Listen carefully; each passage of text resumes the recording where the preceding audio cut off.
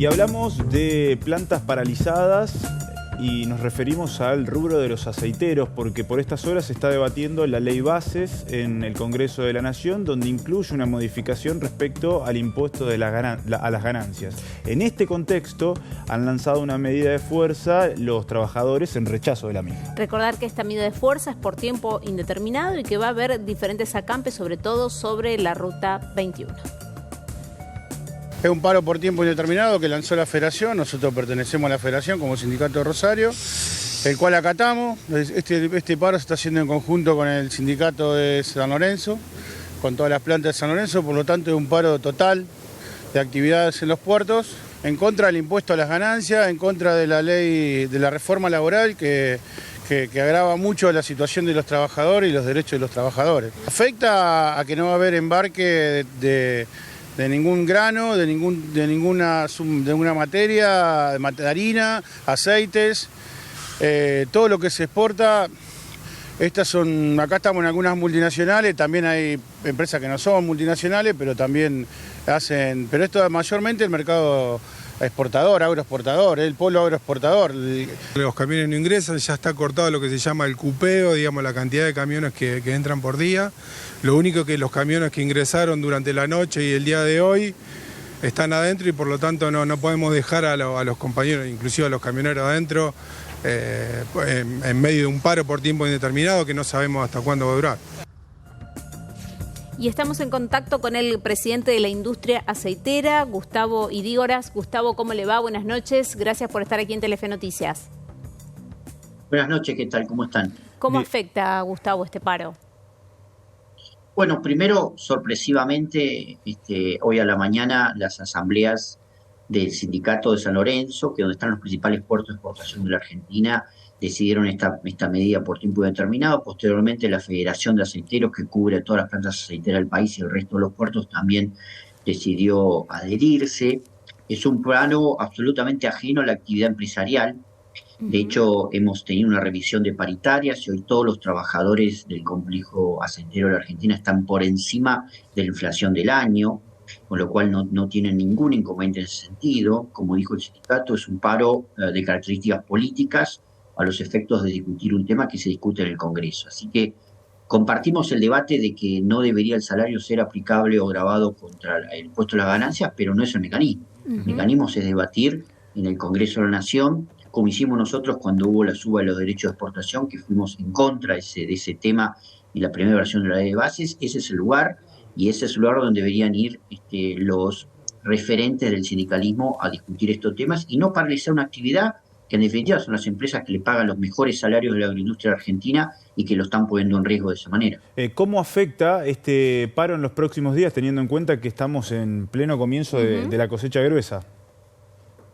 Y efectivamente estamos en el pico de ingreso de camiones que ustedes ven todos los días y de cantidad de barcos. Claro. La línea de espera de barcos en este momento es muy grande, hay más de 50 barcos en línea de espera, más de 20 barcos a la carga, por lo tanto eso tiene impacto millonario. Pero además sale el aceite para el consumo interno. Está claro que si esto persiste, dentro de unos días vamos a tener un grave problema también en el mercado interno, más allá de la exportación. Así que la afectación es múltiple, es mercado interno y exportación, y esperemos que esta indefinición de tiempo indeterminado del paro mañana puedan reverlo y tratar de ajustarlo y terminar esto rápidamente, porque no tiene ningún sentido, dado que no hay ningún conflicto salarial con la industria. Gustavo, ¿quién paga los costos? ¿No? Usted decía, hay barcos varados por estas horas. ¿Quién afronta estos costos que entendemos que son muy elevados?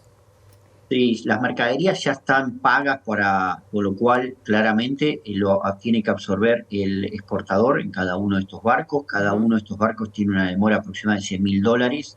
Si multiplicamos por 20 más el resto de los 50 a la espera, todos los días es un reloj que va pasando y que claramente primero provoca un daño económico a los exportadores, pero segundo, el comprador en los terceros países va a Brasil. ¿Para qué seguir yendo a la Argentina si es un puerto sucio, como se denomina técnicamente, y por lo tanto Rosario va a perder mucho flujo de actividad si no se puede recuperar rápidamente esta situación?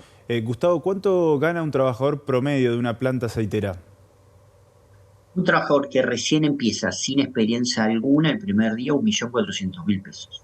A partir de ahí hay promedios superiores a los 2 millones de pesos. ¿Una jornada de cuántas horas de trabajo aproximadamente para este 1.400.000?